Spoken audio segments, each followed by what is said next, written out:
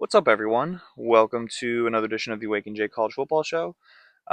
This is going to be your Week 14 or Rivalry Week preview. It is a bittersweet week because this is the last weekend of the regular season. Now, we still have plenty of good football remaining the rest of the season. Conference championships, there's going to be some good bowl games, playoff games. So we still have some good football on the way, but this is the end of the regular season, which is always a sad day. Um, I do love Rivalry Week, but I also kind of hate it at the same time because there are so many good games or potentially good games, and just every team is playing this week that I can't I can't preview every game. And there are so many games this weekend that I wanted to preview, but I just unless I want this to be a 2 hour episode, I just can't do it, unfortunately. So today we are mainly focusing on the games that will have the biggest impact on the weekend, or for I shouldn't say the weekend, for conference championships. And we're also going to run through all the different scenarios. Just a fair warning: the ACC is a mess. So many crazy things could happen with the ACC, just like last year. I don't know if you remember. Going into the final week of the season, there was a chance that there could be like a six-way tie or something like that for first place in the Big 12. So ACC is giving very similar vibes to that. But yeah, typical episode though. News. We'll touch on the playoff rankings. I don't usually cover that, but I mean we're close enough to the end. I might as well get into it. Um, and then we'll get into conference outlooks and preview the games, give my favorite bets, and then send you on your way to enjoy your Thanksgiving. Oh, happy Thanksgiving, by the way. Um, and also rivalry week. So let's not waste any more time. Let's have a good wake and bake sesh and get right into it.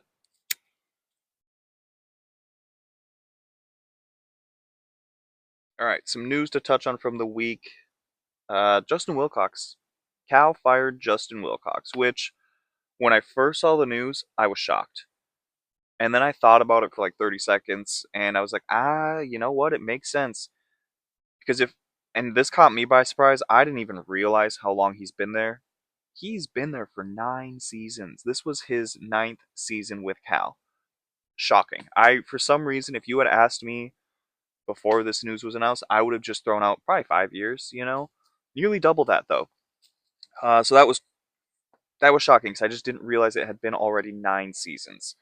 Um, he only finished with 2 winning seasons, which is, like I said, I was shocked when I first saw the news, but when you looked into it, saw that he only had 2 winning seasons. If you want to count this season, they're 6-5 technically. Then I guess he had three or potentially three. Um, but yeah, I you can't be that shocked. Only 2 winning seasons, a record of 48-55 over those 9 seasons. I mean, let's be honest. At worst, he's going to be a defensive coordinator or an analyst for a very good team very quickly. There's already been some slight rumors that he may be taking the Oregon State head coaching job, which I guess. Um, I don't know how I feel about that. I think another season as just going to be an analyst somewhere, defensive coordinator somewhere. Do that for a couple years. But hey, I'm not Justin Wilcox. He obviously knows what's best for him. If taking the Oregon State job is best for him, good on him. I just don't know how I feel about Oregon State making that hire. But again, who else are they going to get, I guess? Oklahoma State has hired Eric Morris. It sounds like Arkansas wanted to hire Eric Morris, but he chose Oklahoma State over Arkansas, which has got to be tough for Arkansas. And we'll get into them in a sec. Um, I think I like this hire for Oklahoma State because I mean he's at North. He was okay, so he was at Incarnate Word first as the head coach, which is in Texas for those who don't know. Went to Washington State for 1 year, took over the head coaching job in North Texas, which is in Texas, if you didn't know. And now he's taking the job at Oklahoma State, which, if you don't know where Oklahoma is located, it is just north of Texas. So he is familiar with that area. I think it's going to be a good hire. This is the same Eric Morris who, like I mentioned, head coach at Incarnate Word with, again, if you also don't remember this, that's where Cam Ward came from. And before he went to Miami, he was at Washington State, where Eric Morris was for 1 year. He is I guess we'll throw out the term a quarterback whisperer. I don't know if that's a correct term to have, but you could throw that label on him, I guess. But I do think that this is going to be a good hire for Oklahoma State. I am curious how this is going to work with North Texas because, from what I understand, he's finishing out the season. So uh, we're talking American Championship game if they make it there, because there's a chance that they don't. Um, and if they make the playoff, he's going to coach in that too. So he is going to be finishing out the season, but I am curious how that affects his team and how they are moving forward. Is he distracted? Is the team distracted? Is it a combination of both? Who knows? I am curious to see how that plays out there. And then I have not, unless I just missed it, I haven't seen anything official on this. I've just seen the rumors, and it sounds like it's everything but it's basically official.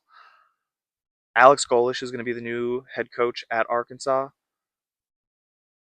I don't hate that hire. We saw what he did when he was the offensive coordinator at Tennessee. Um, we've seen what he's done at South Florida. I don't hate the hire for Arkansas. If I were Alex Golish, is that the job I would have taken? Well, maybe it's the best job that was available to him. So can't fault him for that. I think if you're getting an offer, if you're getting offered a job in either the Big Ten or the SEC, I mean, you kind of, except for like a handful of circumstances or teams, you got to take it. You got to take it. So I mean, I like the hire. I think it should be a good hire. All these hires should be good hires. Will they though? Who knows?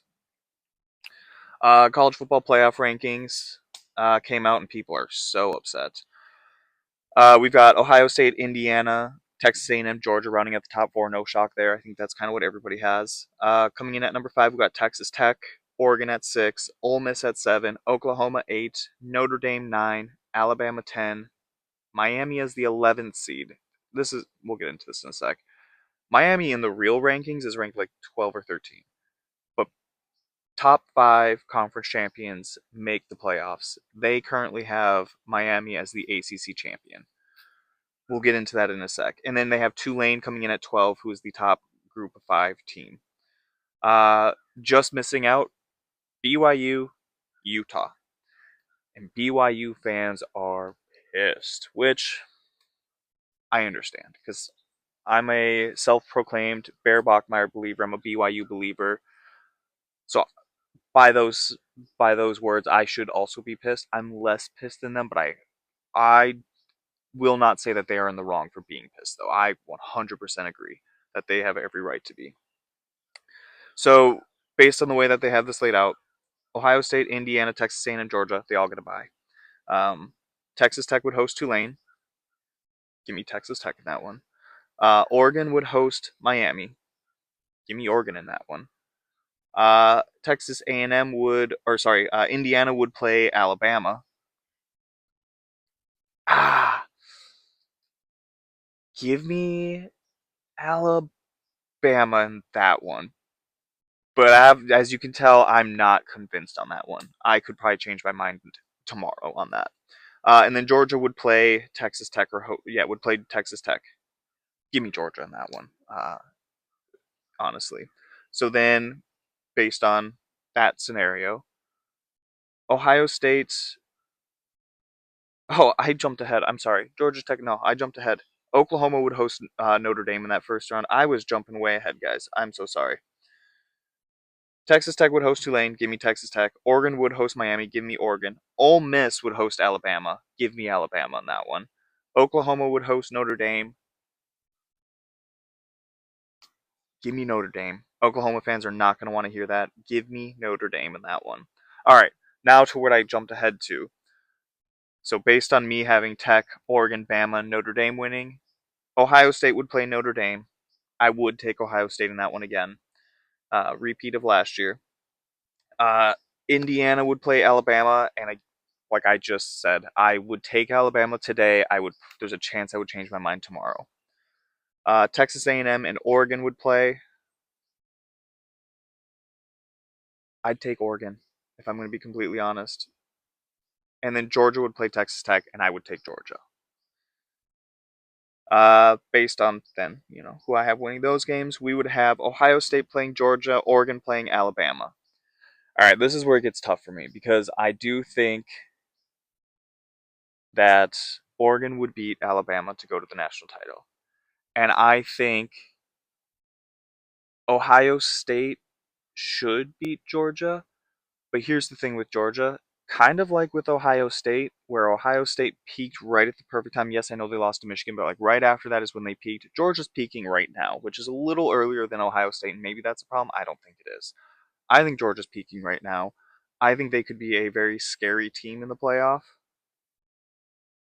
I think Ohio State would much rather have to face Alabama than Georgia when it comes to these SEC teams. And honestly, they may even rather face Oregon over Georgia. I just think Georgia's hitting it right at the perfect time.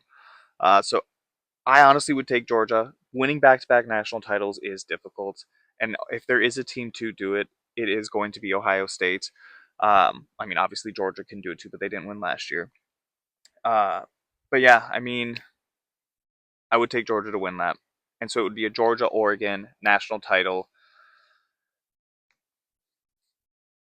And I'd probably take the dogs, honestly. I think I would take Georgia in that one. So as of right now, and this, who knows, I could change my mind on some of these matchups tomorrow, or even when the actual playoff comes out and we see the matchups. But right now, based on how they have it laid out and how everything has gone, if the playoff started right now, I would have Georgia as your national champion.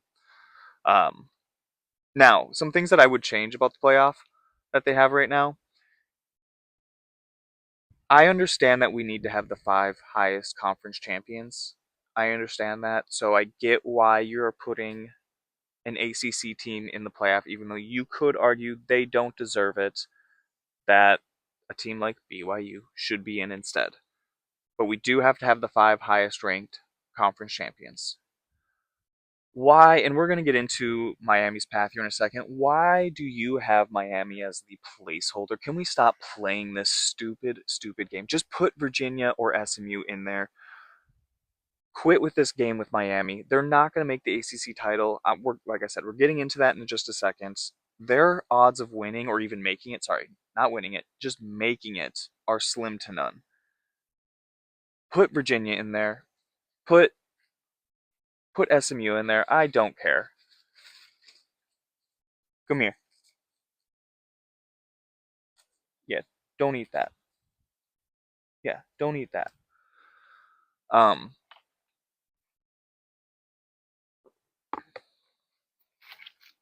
Quit with the charade. Quit putting Miami as the placeholder. It's not going to happen. They're not going to. They're not going to make the playoff. They're not going to win the ACC. You gotta quit eating that. Uh, and honestly, let's just jump right into it. Conference championship scenarios. But going back to the playoff real quick, just quit putting Miami in. That's the only thing I would make. I don't know about BYU. Actually, you know what? I'm going to touch on it right now. Because a lot of people are upset that BYU is not in it, and I get it. I do. Like I mentioned earlier, one loss. They played a decent schedule the way it's played out so far. At the time, we didn't think it was, but some of these teams have had rather good seasons. Arizona. Um, so there is that. Here is my thought process on that. I think the three teams in front of them, Alabama, Notre Dame, Oklahoma, you could argue that all three should be behind BYU. Here's why I think they have BYU left out. Is because if BYU were to match up against either one of those three teams, BYU would not be favored in any one of those games. Whether you agree or disagree, that's the only thought process I have as to why BYU would be left out with the record that they have and the schedule that they have. Is that they think if BYU were to match up against those three teams in front of them, they would not be favored, and that's why they're left out. Otherwise, it doesn't make sense. They're a one-loss team with a decent schedule. They should be ahead of at least one of those three teams in front of them, but they're not. Who knows? A lot can still happen this weekend and next. Maybe BYU wins the Big 12. Who knows? All right, we'll start with the Big 10. It's relatively straight up. Basically, Indiana and Ohio State, they win and they're in the Big 10 championship game. All they have to do is win. So that's pretty straightforward. There's two ways that Oregon can still make the Big Ten title game. They need Indiana to win, Michigan to win, and they also need to win. That means that Oregon would have the best overall record of conference opponents amongst the tied teams, and it would be an Indiana versus Oregon Big Ten championship. They could also make it if Purdue, Michigan, and then Oregon also wins. They would again have the best overall record of conference opponents among the tied teams, and it would be an Oregon-Michigan meeting. Basically, Oregon needs Michigan to win badly in order to make this. It doesn't matter who wins, Indiana or Purdue. This all rides on Michigan. So Oregon is going to be not only rooting for themselves to win a game, but they are going to be rooting hard for Michigan. Michigan has three different scenarios that they can make it. For them, Indiana can win, Purdue can win. Either way, it doesn't matter. They have to win, and they need Washington to win. The first scenario, they need Indiana themselves and Washington to win to make it an Indiana Michigan championship. They need Purdue or Oregon to win combination for it to be an Oregon Michigan matchup, or they need Purdue and Washington to both win for it to be a Michigan and Ohio State rematch. They also have to win. But yeah, the Big Ten's relatively straightforward. I mean, we're going to get into it, but Indiana's basically a shoe-in at this point, so it all rides on that Michigan-Ohio State game for everybody. All right, the ACC. Bear with me here because this is super ugly and just it's so messy. It is beyond messy. Duke still has a chance to win to make the ACC championship. They need to win and either have Pitt and SMU lose, or Pitt, SMU, and Virginia to lose, or Pitt, Virginia to lose, UNC to win, or Pitt to lose, Virginia to lose, NC State to win, and they need to finish higher than Miami in Sports Source Analytics rankings. It gets uglier from here. Georgia Tech, they're done with their conference games. They need Pitt to win, Virginia to lose, and SMU to lose. Or they need Miami to win, SMU to lose, Duke to lose, Virginia to lose, and NC State to win. It is so messy, guys. They would need Miami to win, SMU to lose, Duke to lose, Virginia to lose, North Carolina to win, Boston College to win, and finish higher than Miami and SMU in Sports Source Analytics rankings. Or they need Miami to win, SMU to lose, Duke to lose, Virginia to win, NC State to win, Boston College to win, and finish higher than Miami and SMU in Sports Source Analytics rankings. It's a mouthful. I'm sorry. I'm trying to get through this as quickly as possible, but it is kind of important. All right. Now, here we're getting into Miami. This is why I'm upset that they are putting Miami ahead of SMU and Virginia, because Virginia, they just need to win. They win, they're in. If they don't win, then they need SMU, Pitt, and SMU and Pitt to lose, and North Carolina to win. SMU, they need to win. That's it. They win, they're in. If they don't win, they need Pitt and Duke to both lose. And then there's a few other combinations after that of Virginia winning or losing, and then the UNC NC State game, and also needing Boston College to win. It's weird that Boston College and Syracuse determine some of these fates. So yeah, those two teams, they just need to win, and they're in. Miami, their list is insane, and it is such a crazy combination of wins and losses. They do need to win this game against Pitt, for starters. They would also need Virginia to lose, Duke to lose, and SMU to win, which is possible, I guess. Or they would need, here, I'll just get to the messiest one. They would need, oh goodness, SMU to lose, which could happen, I guess. Duke to lose, which could happen, I guess. Virginia to win, could happen. NC State to win, could happen. Syracuse to win. I don't know about that one. But it's possible. It's possible. It's slim. They need a lot to go their way. It is possible for Miami to make it. But they have like the fourth, fifth best chances to even make it. I don't like Miami's chances. I don't like that the committee's putting them in. It's not an important gripe because it's going to get worked out in the end, but it's just a gripe that I have. And Pitt. We got to talk about them. They need to win, and then either Virginia to lose or SMU to lose in order to make the ACC title. SEC pretty straightforward. Texas A&M win or they're in. Win and they're in. If they don't win, they need either Auburn or Mississippi State to win. Pretty straightforward. Alabama, they need to win. If they don't win, they're out. That's it. They win and they're in. Ole Miss, they do need to win, and then they need either Texas to win or Auburn to win. So if they pull off the win, it's not an upset. If they pull off the win, um, Texas or Auburn, and then they're in. Uh, Georgia, who's already done with their conference schedule, they're hoping that either Auburn pulls off the upset or Texas pulls off the upset. Because if either one pulls off an upset, they're in. And then Big 12, again, also pretty straightforward. BYU, win. Win and you're in. Texas Tech, win or you're in. Now, if BYU does lose, they need Arizona State to lose. If Arizona State doesn't lose, then they need Texas Tech to also lose and Utah to also win. So theirs does get a little complicated if they do lose. We'll get into it. I don't know if they will. If Texas Tech loses to West Virginia this weekend, then they need Arizona State to lose. If Arizona State wins, then Texas Tech is out. If Texas Tech loses and Arizona State wins, Texas Tech is out. Arizona State has the messiest one. They do need to win against Arizona, and then they need BYU and Utah to both lose. Unlikely. If that doesn't happen, then they would need Texas Tech to lose. Unlikely. BYU to lose. Unlikely. Utah to win. That's more likely, I guess. Um, or they would need Texas Tech to lose, Utah to lose, and BYU to win. Scout, quit digging.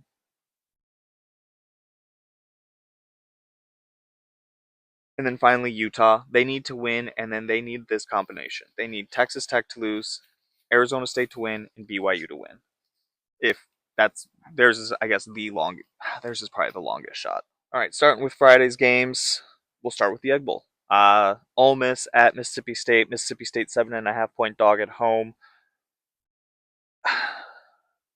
Ole Miss has won 4 of the last 5. They do lead the series like I think it's let me look 66, 46, and 6. Um, but here's the thing: Mississippi State does tend to keep this game close. So shout out to them for that because they've had some pretty bad teams the last few years, and they do tend to keep this one competitive. I did make the prediction earlier this year that Mississippi State would make a bowl game.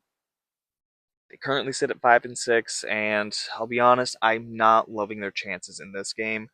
Uh, Ole Miss run game is 32nd in the country. They average nearly 190 yards a game on the ground. Kawan Lacey has been good. He's coming off a 31 carry, 224 yard, 3 touchdown performance against Florida. And Mississippi State has a terrible run defense. They're 121st in the country. They're allowing nearly 190 yards on the ground, which matches right up with what Ole Miss is averaging. Over the last 5 games, there are a handful of running backs that have had great games against Mississippi State. Ahmad Hardy went off for 25 carries, 300 yards, 3 touchdowns. Nate Frazier had 12 carries, 181 yards, and a touchdown. Mike Washington Jr., 19 carries, 116 yards, and a touchdown. That one's just all right. Jaden Baugh went off for 23 carries, 150 yards, and a touchdown. Kawan Lacey's going to have a great game. And I want to believe that Mississippi State can pull off the upset, but the combination of them not being able to stop the run, which is going to open up the passing game for Ole Miss, I just see Ole Miss scoring too many points, being able to control the clock, Mississippi State needing to play catch up. And I'm not saying that Miss State can't score. They definitely can. I just don't think the defense is going to give the offense any help. Maybe Ole Miss is distracted because of all the Lane Kiffin stuff going on. Maybe. But there's a part of me that feels like if he if he wasn't going to stay, I feel like it would have officially come out. I think, and maybe I'm wrong. Maybe I have no idea what I'm talking about. It's possible. I think that his team will be fine. I think he's been probably very open and honest with them because if you have a playoff team, and they're hearing all these rumors, you probably have to be pretty straightforward with your team and just let them know, hey, this is what's going on. Obviously, keep it to yourselves, but this is what's going on. I don't think that's going to be a distraction, but maybe it is, and that's what Mississippi State can take advantage of. But give me Ole Miss in this one. Number 13, Utah on the road at Kansas. Kansas is an 11.5 point underdog at home. Now, we just went over everybody's paths to the conference championship game. Utah is still alive, but they do need to win this game. And here's the thing. I mean, we'll talk about last week's game briefly in a sec, but Kansas is a very just average team. There's nothing offensively or defensive. Well, I guess I'll compliment the offense. They usually don't turn the ball over too much. Um, but they're a very just average team. Defensively, they're just average. I guess they're bad at stopping the run, which we'll get into in a second. Offensively, they're just average to below average. It's just they're not a great team. The record shows that too. They're 5-6, and they need this game to make a bowl game. I don't know. I mean, okay, I didn't think that there was a chance that Utah could lose to Kansas State last week because Kansas State's kind of in that same boat as Kansas, where they're just a very average team, and Kansas State almost pulled it off. So I guess it's possible. I just I don't think it's going to happen because, like I mentioned, Kansas does not have a good run defense. They're 101st in the country, allowing nearly 170 yards on the ground. Over the last five, they've allowed teams to run for more than 5 yards per carry. And the only team that they've really shut down in that stretch is Oklahoma State. Well, who hasn't shut down Oklahoma State? So that's not saying much. Now, last week I mentioned Kansas State almost beat Utah. There was no lack of offense from Utah in that game, and so I'm not worried about lack of offense going into this one because Devin Dampier, Bird, Bird Ficklin ran all over that Kansas State defense. They're going to run all over this Kansas defense. Wayshawn Parker is also going to contribute. Um, I'm not worried about the offense in this one. But what I am worried about is I'm a little worried about that defense. They got absolutely torched on the ground against Kansas State. 472 yards on the ground, over 11 yards per carry. That's bad. If you don't know, that's terrible. So that does make me a little nervous. Do I think Kansas is going to have the same success on the ground that Kansas State did? No, I don't. But I never thought I would say this. I'm a little worried about Utah's defense moving forward, and I'm not worried about the offense at all. But give me Utah on this one. Uh, Georgia at Georgia Tech. Well, I guess it's supposed to be at Georgia Tech, but it's a neutral site game, technically. Georgia Tech, 13.5 point dogs. In the last 10 meetings, Georgia's 8-2, winning 7 straight. They also lead the overall series 72-39 and 5. That's pretty bad. Both of these teams are done with their conference games, so for Georgia specifically, this game really doesn't matter because even if they lose, they're still in the playoff. Well, they could make the SEC. Well, no, yeah, they're still in. Georgia's still in the playoff even if they lose this game. I'm not even going to try to convince myself otherwise. Uh, Georgia Tech does need this one if they want to keep any sort of playoff hopes alive, which they're very, very slim, obviously. And if you had asked me midway through the season, I would love Georgia Tech in this one. I really would. But like I kind of mentioned with Georgia earlier, it feels like they're peaking at the right time. They're peaking right now. And it feels like Georgia Tech peaked a month ago.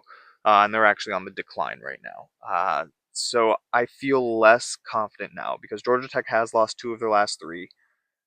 And it feels like, I mean, I guess we probably should have seen this coming because they've got some wins that were a little questionable. Their win against Wake Forest, they got screwed. They didn't get screwed. Wake Forest got screwed by the refs, which gave them the win. They had some luck against Duke.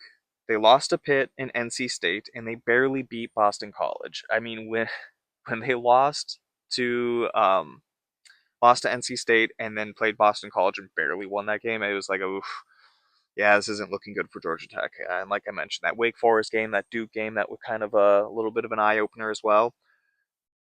But here's the thing: Georgia Tech's offense, they've been they've been good all year. The offense has not been an issue. The defense, especially over the last 3 games, has been a night and day difference than they were through the first 5 conference games. In the first 5 conference games, that defense was allowing nearly 21 points a game, 400 yards of offense, and they were 5-0. Over the last 3, they're allowing 41 points per game. So nearly doubling. Well, actually, they are doubling because it was 20.8, 41.3. Yeah, they're basically doubling uh, what they were doing in the first 5 conference games. They're allowing over 500 yards of offense, and they're 1-2 in their last 3. And they're getting torched. It's not even like one part of the defense is getting torched, so like they're just getting torched on the ground. No, they're getting torched through the air and on the ground. I guess more so on the ground. Over 300 yards through the air per game, over 200 yards on the ground per game over the last 3. They've just really haven't looked good over the last month. And Georgia has looked very good over the last few weeks. I think Georgia's peaking at the right time. Georgia Tech is collapsing at the very wrong time. Um, I have a hard. Haynes King plays, they have a chance, but I have a hard time thinking that they're going to break this losing streak to Georgia. Ooh, this one's going to be controversial. Texas A&M at Texas. Texas is a 2.5 point dog at home. This used to be a big rivalry. These two played last year for the first time since 2011. Texas did win last year. They also lead the all-time series 77-37, and then 5 ties. Um, I have been a Texas hater all year. I'm not the only one in that. Everybody's been a Texas hater. Everybody's been an Arch Manning hater, and to an extent, rightfully so. Because even when they win, they didn't look good. We can give a lot of credit to that defense for some of those wins. And I also want to preface before I really get into it. I know I've said this quite a few times, and you may be sick of hearing it. I do have a future on Texas A&M to make the playoffs. I have been rooting for Texas A&M all season. That being said, I may go with Texas in this one. I might go with Texas because Texas A&M is making me a little nervous. And no, this is not an overreaction to what we saw against South Carolina, although that didn't help. Um, I think I just Marcel Reed makes me nervous. He makes me nervous. He's too inconsistent for me to trust him. And what also makes me nervous, and I know I'm not the first to point this out. I've seen a lot of people pointing this out. Look at Texas A&M's SEC schedule. Not a single team in the top half of the SEC until Texas. They've beaten Auburn, who's 13th, Mississippi State, who's 14th, Florida, who's 12th, Arkansas, who's 15th, LSU, who is 9th, Missouri, 10th, South Carolina, 15th. Sorry, 16th. Wait, who's last? I can't remember if it's Arkansas or South Carolina. One of those is the bottom. The other one is right above them. Either way, they've played the bottom teams in the SEC. Not a single team in the top half. Their closest calls, Arkansas and South Carolina, who are the bottom 2 teams in the conference. Arkansas is the bottom team. What am I saying? They haven't won a SEC game yet. Um, and here's the thing. I know A&M beat Notre Dame. I understand that, but I'm just strictly looking at their conference schedule. They have not played any good teams in the conference. And as much as I've been saying that Texas is not a good team, they are still a team in the top half of the conference, and they are still better than, even though they lost to Florida and almost lost to Mississippi State and almost lost to Kentucky, they still beat them. Oh, Arkansas, they beat them. Um, Arch Manning has looked good. That defense is good. Give me Texas in this one. I'm going to say, give me Texas officially. Number 25, Arizona at number 20, Arizona State. Arizona State, 1.5 point dog at home, which is crazy. Uh, Thank you to the committee for finally ranking Arizona because I was ready to riot. Um, Now, Arizona State, going back in the history of this game historically has been overall back and forth. Arizona State won last year. They've also won 7 of the last 10. But Arizona leads the all-time series 51 wins to 45 losses to 1 tie. Uh, and like I mentioned, Arizona's finally ranked, so we get a ranked matchup in this one. I'm excited for this game. I've been trying to show Arizona some love because it feels like they're very underrated and they deserve the love. But I feel like nobody's really giving it to them. So I kind of, obviously I'm a Minnesota fan, but I'm a little bit of an Arizona fan this year. Just like I'm a Texas A&M fan to an extent too, because I've got a bet on them. Now, I'll just say it right off the bat, I'm taking Arizona. I don't think that's coming as a shock based on everything I just said, because I have officially hopped on that bandwagon. They have looked great as of late. They started conference play 1-3. They've won 4 straight, and they're not just winning a lot of close games. Some of these are dominant wins. They're scoring more than 35 points a game, allowing less than 20 points a game during this 4-game win streak. The defense has also forced 10 total turnovers over the last 4 games. And here's the thing. Yes, I understand turnovers there's a lot of luck involved with turnovers. Turnovers is not, it's, it's like half skill, half luck. Let's just say that. Um, it's not, turnovers are a lot of, there is a good amount of luck into that. But still, 10 turnovers, that's nice. You're playing Arizona State. If you don't know anything about Jeff Sims, there's just one thing you need to know. In all of his stops, Georgia Tech, Nebraska, now Arizona State, there's one consistent thing with him. He's going to turn over the ball. He's going to put the ball on the ground. He's only lost like 3 fumbles this year or something like that, but he's fumbled more than 3 times. He's going to put the ball in harm's way.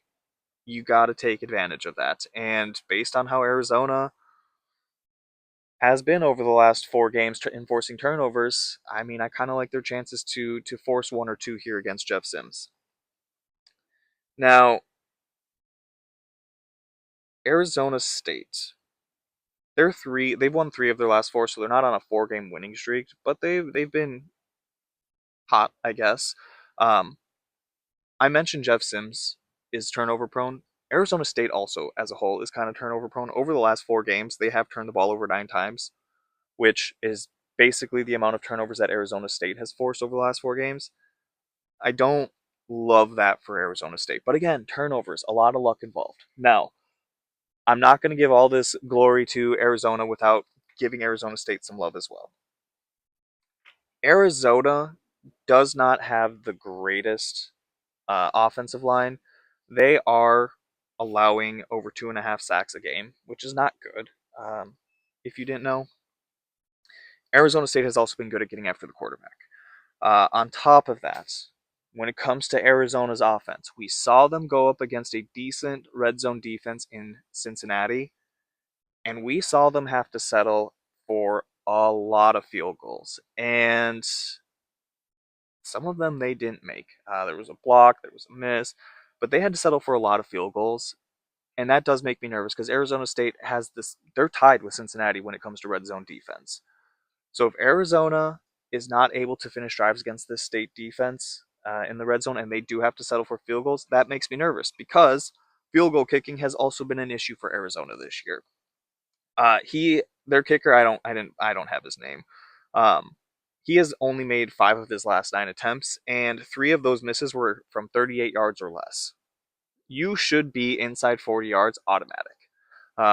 40 plus, I mean, I understand a 40-yard field goal, that's pretty far. I can't kick a 40-yard field goal, but if you're a kicker, you should be able to kick 40 and in with no issue. You should be automatic. 3 of those 4 misses inside 38 yards. So far this season, he is 16-25. I mean, that's overall, it's just not having a great season either. Um, if Arizona can't finish drives and has to settle for field goals, and they cannot force a turnover against a turnover-prone Jeff Sims, that would be a worry because, like I mentioned, Arizona State also good at getting after the quarterback. Noah Fafita, when he when he panics, he panics. Uh, we saw it last year. Anytime he was pressured, it was McMillan or bust. I just got to get rid of it. I think he's a little better this year, but those would be things that would make me nervous as an Arizona fan, which I am. I will say it for the rest of the season. I am an Arizona fan. I am backing Arizona in this one. I am biased, but I would be lying if I said I wasn't nervous about this one. We've got Oregon at Washington. Washington 6.5 point dog at home. Oregon won this game last year, but Washington has won 3 of the last 4, and they also lead the all-time series 63-49, and then 5 ties. I mean, Oregon needs this one to make the Big Ten championship game. Washington doesn't need this one. It doesn't mean anything except for just playing spoiler, hate of Oregon, spite, whatever you want to call it. Um, but they are an 8-3 team, so they are a good team. And here's the thing, though: when you look at their 3 losses, Ohio State, Wisconsin, and Michigan. Ohio State and Michigan are very good teams. Wisconsin's a very bad team. But those 3 losses also happen to be the 3 best defenses that they have faced this year. And against those 3 teams, they were scoring an average of 7.6 points a game and only 244 yards a game. Uh, Run game for Washington has been absolutely shut down against these defenses. And if there's one thing you should know about Oregon's defense, they are going to stop the run. They are going to shut down Washington's offense. It's a rivalry game, so I guess throw out the record books, anything could happen. But just based on the trend we've seen this season with Washington's offense going up against good defenses, doesn't look good. Saturday games.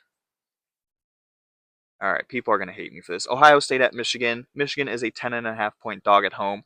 Ohio State has lost 4 straight. They've lost 4 straight, and you could say in at least 3 of the last 4 meetings, if not all 4, Ohio State has the most talented team. They should win this game. Again, you could argue some of those years, but maybe 3 of the last 4 you could say that. And a lot of the arguments that I could have made all basically the last 4 years for Ohio State to win, those arguments apply this year as well. It's the exact same reasons I would say this year that Ohio State's going to win. I could have said them for the last 4 as to why Ohio State would win, and Michigan just keeps beating them. But everything points to Ohio State should win this game. There's no reason why they shouldn't win this game. They are the more talented team. They have the better record, the NFL players at all levels of offense and defense. They've absolutely dominated basically everybody they've played. They've got a Heisman finalist in Julian Sayin. Jeremiah Smith is phenomenal. Just the list goes on and on and on and on as to why they should win. So I'm going to make a case as to why Michigan could win. Michigan is easily the best defense that Ohio State has faced this year. I guess you can try and make an argument for some other teams like Texas and whatnot. I think Michigan is the best defense that they will have faced this year. So maybe we watch Julian Sayin struggle a little bit. Because we really haven't, outside like the Texas game, he hasn't struggled too much this year. You could argue, people might make the argument that compared to what he's done this year, that last week was a struggle. Yeah, that'll happen too when you're without your 2 NFL wide receivers, So that is part of it. He does have so much talent around him that I don't want to say impossible for him to struggle, but it's kind of impossible for him to struggle. On the other side of the ball, this is far and away, like, this isn't even an argument. This is the best run game that Ohio State will have faced this year. Ohio State has not faced a run game like Michigan so far this season, so maybe we see Michigan have success on the ground. And if Michigan is having success on the ground, that means they're probably going to be controlling the clock. If they're controlling the clock, they are keeping a very deadly offensive Ohio State offense on the sideline. And it is a home game for Michigan. So if you're dominating the run game, controlling the clock, Ohio State's offense is barely on the field, it's a home game, so the crowd is going to be on your side and raucous. Maybe Michigan does win a 5th straight. It's possible. I'm not ruling it out. I'll just say that. Ohio State should win this game. They should. They also should have won the last 4, you could argue, or at least 3 of the last 4. But Michigan could win this. All right. Minnesota Minute. Wisconsin at Minnesota. Minnesota is a point and a half dog at home. First of all, I need Minnesota to win this game. I took a future out before the season that they would win more than 6 games. So a lot is riding on this game for me. Minnesota has won the 3 of the last 4 matchups. Wisconsin has dominated the better part of 2 decades, though, uh, in this one. But the all-time series tied 63-63 and then 8 ties. So whoever wins this takes the official lead. Now, I'm not nearly as excited for this game as I would have been like 2, 3 weeks ago. A few weeks ago, I looked at this game as an automatic win, which you can never do, and stupid of me to think that because everything I've seen over the last few weeks from both of these teams, I am so much less confident in this one. Wisconsin's been on a little bit of a hot streak, and Minnesota has just been looking terrible. Let's just put it that way. They have looked terrible. The Gophers' defense, as of late, has just been abysmal, allowing anybody and everybody to be able to throw on them. Everybody seems to be having career days against them. Uh, and so, based on the way it's gone, it doesn't matter if it's the punter or the fourth string quarterback for Wisconsin, they are going to have a career day throwing the ball. And I am not looking forward to that. Uh, We did see Minnesota's offense, though, show some life last week against Northwestern, who does have a good defense, by the way. It's not like they're schlubs, so that was good to see because that offense has been an issue all year. And this Wisconsin defense, I would say they're comparable to Northwestern. I guess you might argue that they are a little better than Northwestern's, but they're comparable. And so, based on that, I do like with Minnesota's chances to be able to move the ball. Plus, they've been so much better on offense at home than they've been on the road. This is a home game; they're undefeated at home, so that does play into it. But I do think that Minnesota's offense is going to show some life. They're going to throw the ball so much in this one, and they should because Wisconsin's deficiency, I guess, on defense would be against the pass, and Minnesota just has no run game to speak of. Where I'm worried though is because like offense for Wisconsin has been abysmal all season. They're 135th in scoring, 131st in throwing the ball, 119th in rushing, and 135th in total yards. Last week they scored 27 points and had 300 yards of offense. They've only hit 300 yards twice this year. Middle Tennessee and Miami of Ohio. They have only hit 27 points one time. That was against Middle Tennessee. And so, based on that, this offense for Wisconsin should have zero success against Minnesota's defense. But the way that Minnesota's defense has played the last few weeks, yes, I know there's injuries. Wisconsin may hit 27 points again, and they might hit 300 yards of offense this weekend. There's no reason why the Gophers should lose this game. But I said that last week and they lost, but I'm going to stick by it. Gophers win this game. Uh, Number 12, Miami at number 22, Pitt. Pitt is a 6.5 point dog at home. Handful of things you should know going into this game. Pitt's pass defense is 92nd in the country. Miami's passing attack is 27th. Not great. Pitt is also 125th in sacks allowed. Miami is 19th in getting after the quarterback. Not great. But some other kind of weird stats. Pitt is 4-2 at home, which is a fine record, I guess. Miami, they have only played outside the state of Florida twice. They are 1-1 in those games. Oh, by the way, expected temperature at kickoff is going to be like 30, 32 degrees, somewhere in that range. If you don't know this, Miami this time of year, we're looking at 70s, sometimes even low 80s in Miami. So that's going to be a little bit of a shock. Plus, it is Mario Cristobal, it is Carson Beck. They are known for just mailing it in when it comes to big games. Now, granted, I will say, ever since they did lose to SMU, they have been on a roll. Yes, against very bad teams, but they have been on a roll. Pitt is a better team than the teams that they have beaten the last few weeks. I'm not going to say I don't know which team is going to win because again, 32 degrees, that's going to be a culture shock for these for these Miami players. And I do think that Miami is a 6.5 point dog or not dog favorite on the road is being a little generous. Miami should win this game, but I have no faith in either one to actually pull it off. Let's see. Ooh, Vanderbilt and Tennessee. Tennessee is a 2.5 point favorite at home. They lead the all-time series 79, 33, and 5. Is this the biggest beating between these two ever? Because I mean, Vanderbilt historically is a terrible team. Tennessee has had, well, some bad years, but they've also had some very, very good years as well. Whereas Vanderbilt just doesn't really have good years. Um, I I don't think Vanderbilt wins this game. Knoxville's not an easy place to win. Neyland Stadium is not an easy place to win. Tennessee's defense, I mean, they've been so bad. So I mean, Diego Pavia, he's probably gonna go off. Try to still fight for that Heisman. Um, but I do think it. Here's the thing: Tennessee's offense is so good because I know Vandy has a good defense, so there's no reason why they shouldn't make some stops against this Tennessee offense. Joey Aguilar is a little turnover prone, so there is that part of it. But if he doesn't turn the ball over, I kind of like Tennessee in this one. If he does, okay, so that basically that's how I'm going to break down this game, I guess. If Joey Aguilar turns the ball over just even once, I feel like that's going to be too much. I don't think Tennessee can afford to turn the ball over in this one. I will say that much. Now, if their defense is somehow forcing turnovers, which they have been good at, I will say Tennessee's defense, as bad as they've been good at getting after the quarterback, good at forcing turnovers, and good at scoring, getting defensive scores as well. So I mean,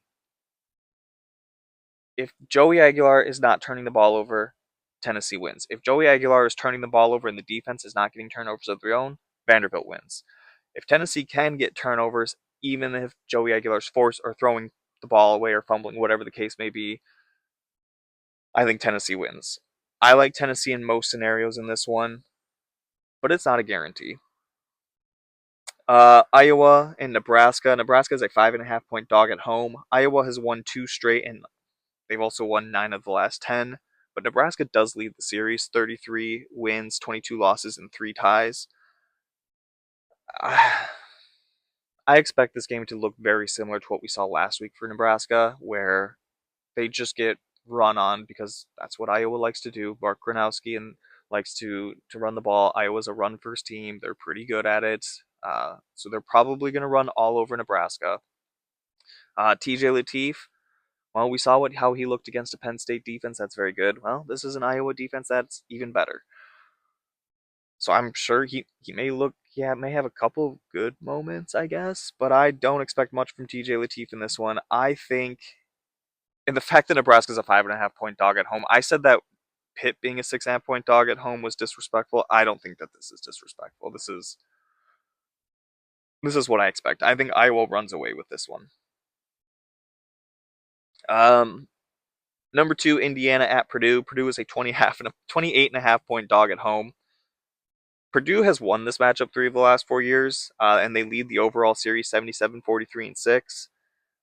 And it would be very funny if Purdue did win this game. If this was Purdue's only Big Ten win and this was Indiana's only Big Ten loss, that would be hilarious. It's not going to happen, but it would be hilarious. Number five, Texas Tech at West Virginia. West Virginia is a 23.5 point dog at home. I mean, Texas Tech just needs to win and they're in the Big 12 championship game. Um, I mean, West Virginia has shown some life as of late, and yes, they are the home team in this one, and maybe they want to try to prove something to finish out the season because this is their last game, but they also have not played a team like Tech over the last few weeks when they've been showing life. So, give me Texas Tech.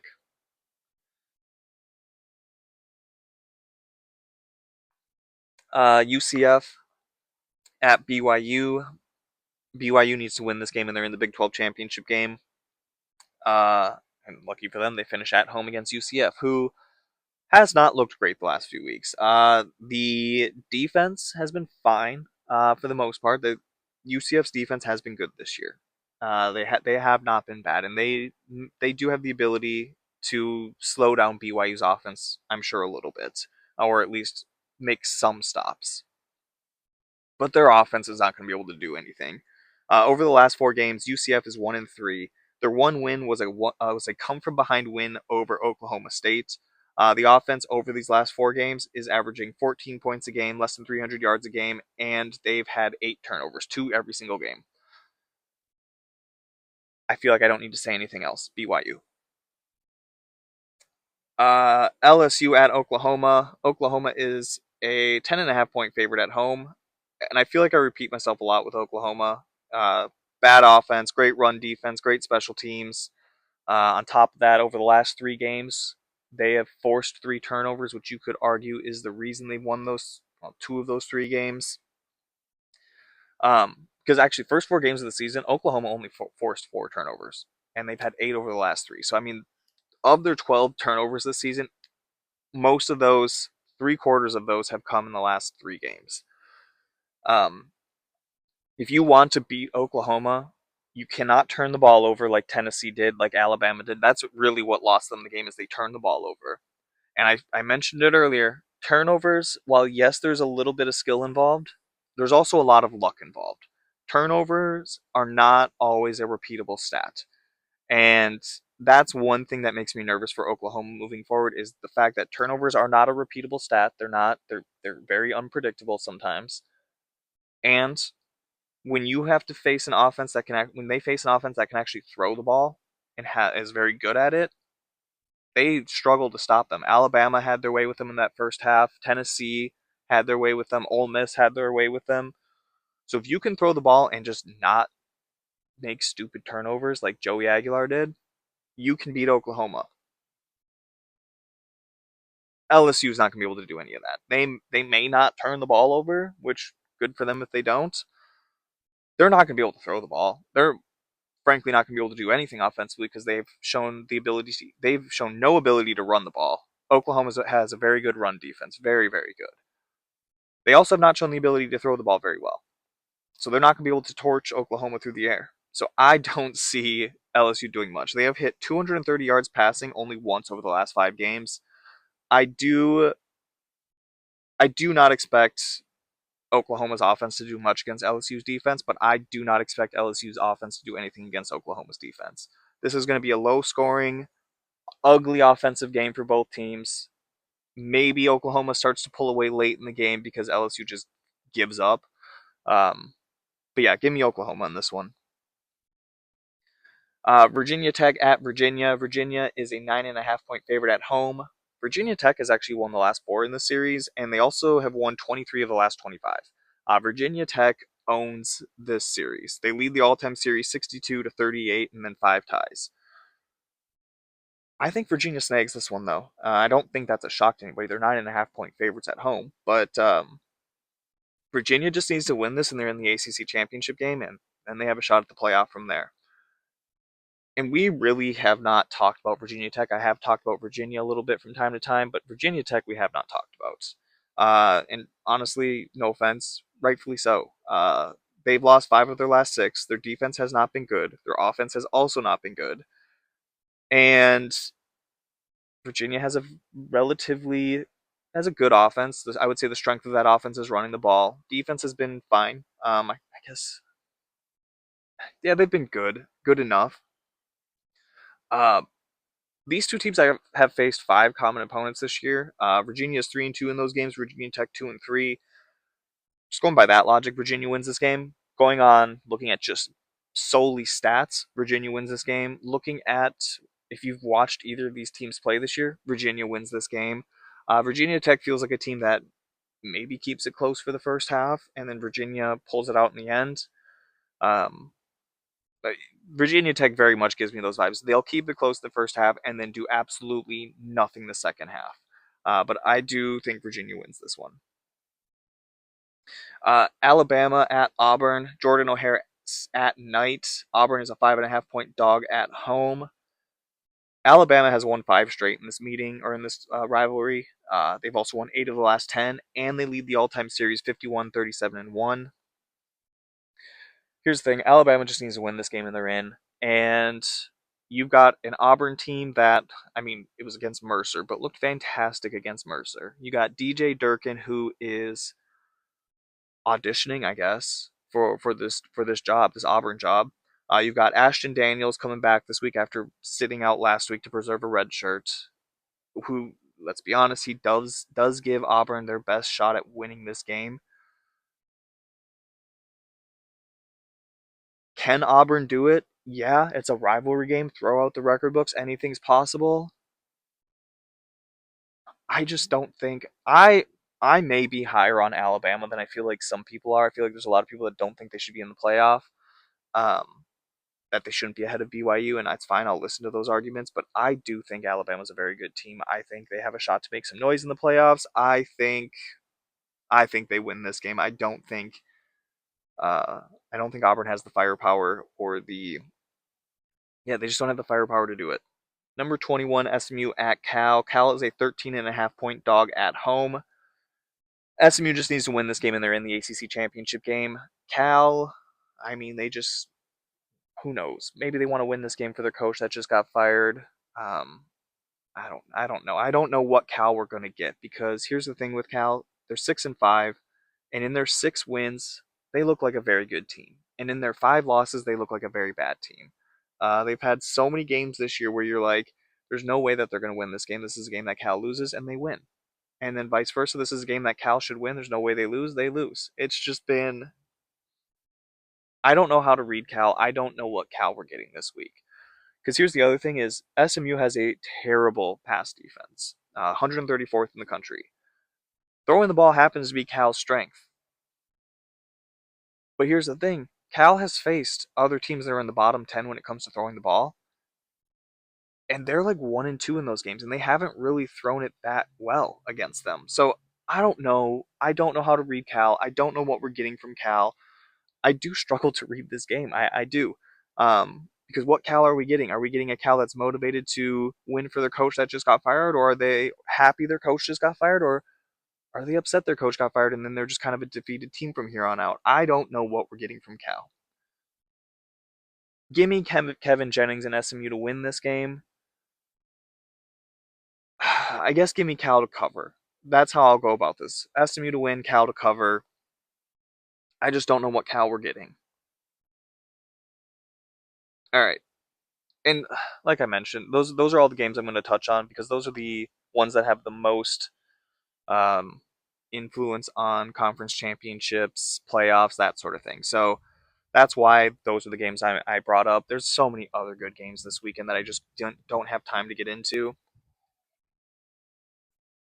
But let's finish off with my favorite bets. So we're going to do the same thing we did last week. I'm just going to run through all the bets that I have written down, but I will tell you which 5 are my favorites.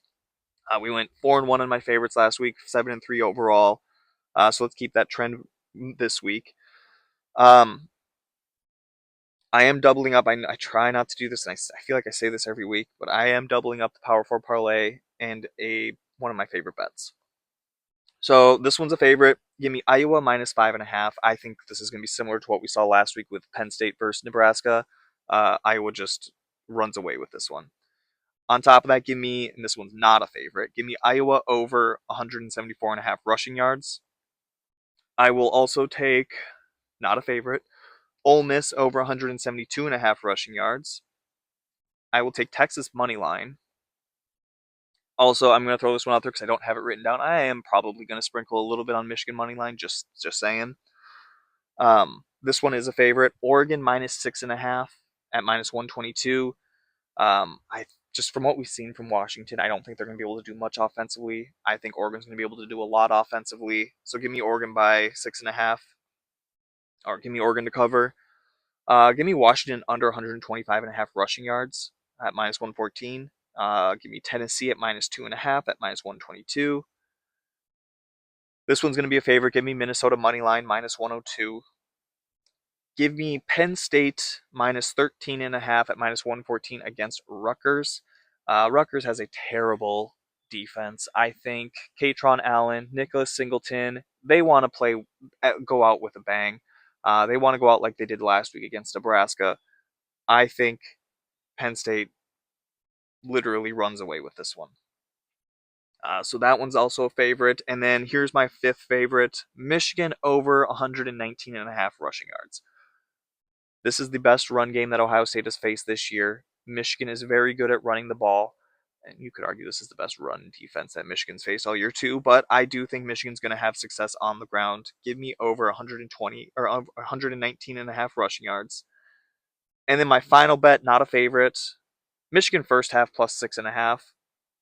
And like I mentioned, I'm going to put a little on that money line as well, but I do think Michigan can keep this one close for at least the first half, if not the whole game. And then the Power 4 money line parlay.